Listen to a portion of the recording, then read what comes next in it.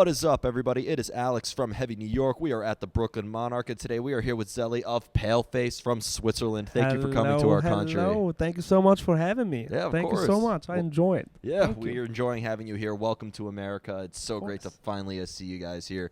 Your newest album, Fear and Dagger. Absolutely an amazing album. From when it opens up with 666 and ends with Judgment Day, absolute banger of an album. What was the sort of thought process behind the making of this album? Was there sort of like a vision that was in mind in a way, or was this like a very experimental songwriting process? Basically, it's like we are big fans of like concept albums, right? Like we try to plan, not like plan every detail, but we have like a few ideas in mind and we try to like sort them out somehow, and then we just start writing. Basically, we just start and let's see what songs do we got, how do they fit together. We're not like not every detail needs to be like already like set or whatever before starting to write. We just go with the flow, and it worked like a couple of times already. Like we did every record like this. We just start writing and it hopefully it works out, and so far we're always happy with the end product, kind of. So yeah. When it comes to like the concept that's demonstrated on here, are you trying to leave the album somewhat open to interpretation, or do you try to engage the listener into the story as much as the music itself? I really like. Obviously, we have the themes and whatever that we really want to like write about or write the songs about. Well, we always want the people to. The people should listen to the song and make their own image out of it, or their own feeling, their own story to it. You know what I mean? Like everyone's welcome to listen to our music, and everyone should feel, I don't know, good or safe, or we want to give the people like power or whatever. You know what I mean? Like everyone should get something from our music. So we don't tell the listeners it's about that and only about that. It's like that's the thing we are writing about. Feel welcome to give us your own vision. Give us your feedback. What was your feeling when you listening to that song, to that record or whatever? You know what I mean? Does it make sense? Absolutely. And like when a listener like, you know, has their own interpretation and their own meaning behind it, do you think that adds another layer of context or another layer of meaning to the album that wasn't there when you first made it, in a way? Of course. I think so. Especially because obviously everyone has its own mind. Everyone thinks in a different way, and it's always very interesting to think. It's always a difference. And it's like, of course, I wrote those songs.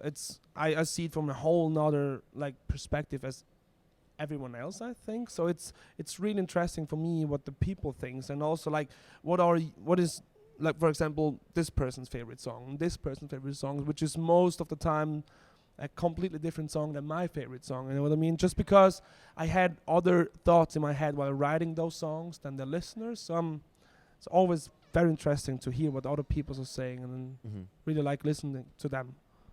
Yeah. Having a concept, you know, you maybe have made a big mistake telling me these concept albums, because I'm a concept album junkie in a way. I love, you know, whether it be My Chemical Romance's Black Parade or Fear Factory's Steam Manufacture. Why do you feel like the style, and I actually interviewed Distant over Zoom at the end of last year, and they have concepts around their albums too. So I asked them this: why do you feel like the style of music that we hear from Paleface is sort of like the best method of expressing your lyrical vision?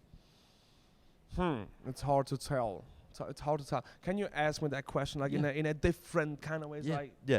I guess the best way to ask is, could you feel like maybe the way that you express yourself, could this be expressed in other styles of music as well? Why do you feel like the style that we hear Paleface, from the brutal nature that we get from 666 to Judgment Day, was the best way to express this story? Like my goal is to bring out my emotions as raw as possible. So I really did not choose to make it like as brutal or as heavy as possible. It's just that the natural raw way that my emotions came out, or like my emotions got into that song that way. So yes, definitely that's the best way to like express my emotions, because it is nothing else than my emotions, those or emotions, like all of the band members, obviously. So it wasn't planned to be like that heavy. It's just how it went, basically. So it's definitely the best way to do it. For us. Do the emotions that you get in this album, do you like look for them? Do you have a place that you go to get these ideas, or do the emotions just like strike out of nowhere for you? It's kind of I'd say they strike out of nowhere. Like I'm not that type of person that needs to like sit down and gather myself to get in a certain mood or something. As soon as I hear the instrumentals, as soon as I have the vision in my head, it just pops out. Also on stage, it just pops out, and I guess I'm lucky to have that, because to me it makes it a lot more easier. You know what I mean? Like, and it also, it's probably because the music helps me to like get along with a lot of things, like everyone is seen, I guess. So the fact that it makes it a lot more easier is also the fact that it's coming, like I said, it's natural for me, like to just stay in the vocal booth, for example, and the emotions, bam. Yeah. Because I know it feels natural, it feels cool, it feels good, it feels easy, I guess. The style of Paleface is, I call it all natural metal, all organic metal. I love it like that. That's probably a very good way to describe, because I could not tell you, like if someone asks me what genre do you play, I'm like, I have no idea. I have no idea what kind of music we do. It's just definitely not country. You could say that. It's not country. Yeah. But I cannot tell if it's new metal, if it's heavy metal. It's just natural, raw heaviness. I don't know. Yeah. Well, I've showed Paleface's music to people who listen to Korn and Slipknot and Stained, and I've showed your music to people who listen to Cannibal Corpse and people who listen to Lorna Shore and people who listen to Mayhem. So you definitely, I think, have a very eclectic sound that could appeal to multiple audiences. That's good to hear. Thank you. Yeah. When it comes to using your emotions in the music, and this is like another question I ask, because it's obviously very cathartic to unleash your emotions in the music, but can that also be painful at times too? Does that almost maybe make the songwriting process as deteriorating as it could be like relieving? To be honest, I haven't really experienced a negative part of writing songs. For me, it's always a very, very good outlet. At least after I recorded it, I feel better somehow. Maybe during the recording, it's like, of course, it's emotional as always, but after that, when I hear the final stuff and everything, I feel a lot better than before, definitely. So I'd say it's a very, very positive thing for me. So far, I only had good experiences, if I can say it that way. There's a lot of artists watching this who are probably seething with envy hearing that, but that's awesome. Like that's really cool to hear, because some artists look for the negative emotions and the negative energy. Yeah. Like I said, I don't really have to search for or look for them. Like I said, they come out natural, kind of. I don't know why. I don't know how. It just goes with the flow somehow. But some will say it's negative because they are negative emotions and negative thoughts or whatever. But in the aftermath, like after the recording, I still feel better because it's an outlet. It's a ventile that I can, like, I leave all the negative thoughts and emotions into the microphones, like let them out, and they're out of my head at least for a minute or whatever. You know what I mean? Of course. So I kind of feel better, and I think that's something positive. Yeah. For me. Yeah. When it comes to thinking of ideas or just songwriting in general, do you prefer to be alone in isolation, or does maybe being in the company of your bandmates help you guys come together a little bit easier? I like to be alone. We're not that band that like meet up in the rehearsal room and jam and that's a good thing. That's a good idea. We never did that. It's just mostly me in the shower or in the bed. Then I hit up our guitar player, Yannick, and it's just us two in the basement in front of a laptop doing stuff. And that's how we always did it, and that's how we feel comfortable writing music. It's of course, when we are like running out of idea or it's like, that's a song we really want like everyone to work on or whatever, we definitely, the other boys are always happy to like be there, and they're always welcome to be here. But most of the times they're like, do your thing, guys. Do your thing. And we're like, it's how it works, basically. Since the music is so emotionally driven, is it better if everybody in Paleface is feeling the same way at the same time? Or could you guys feeling differently or being in different headspaces maybe actually help enhance the song in a way? Definitely the second thing. I think so, because we don't always feel the same. Obviously, we all have different stories, different backgrounds. And I think it helps us being not just not just angry, not just sad, not just whatever. It's more. I prefer it if everyone has their own headspace and brings their emotions and energy. It can be chaotic, but it's also what I like about the music. It can be chaotic. It can be a completely chaotic riff, drum, whatever. You know what I mean? Yeah. It still sounds cool and it's still raw and yeah. Yeah, I mean, because whenever a band tells me, "Oh, we all collectively came together and it was all mutual," I don't really believe it. You're writing 10 to 12 songs. There's 4 guys. Yeah. There's gonna be some disagreement in there, but Definitely. it's a good oh thing. yeah, definitely. But we definitely try nearly every idea out someone has. You know what I mean? And if it's not good, it's not good. Maybe not for that song. Maybe not for that record. Maybe we'll never use it. Whatever. But we definitely want to try everything. Not just to understand what the other one is going through right now, more also because of how does it sound? Basically, does it match the song or whatever? You know what I mean? Of course.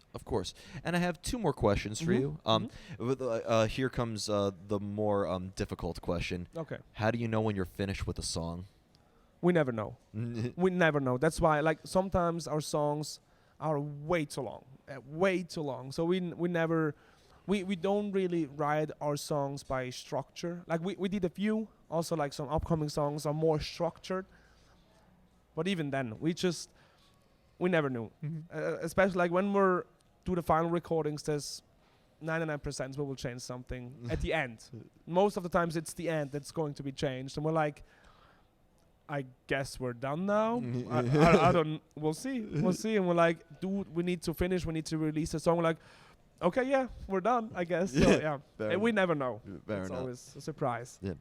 And the other question I wanted to ask you, too, is, this is going to be my first time seeing Paleface live tonight, as virtually, I think, everybody in New York. But, is there a similar energy that you channel into your live presence as you do in your songwriting? Because when I listen to the album, I feel the same energy. Like I just go into that same state of mind as when I'm in the pit at a show. So I'm just wondering if maybe the way that an audience member feels listening to the album just as much as they feel live, if maybe there's a similar energy that it goes into the live show as you do in your songwriting.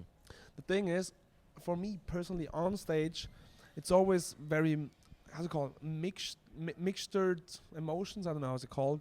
Like most of the time, like I'm very like obviously.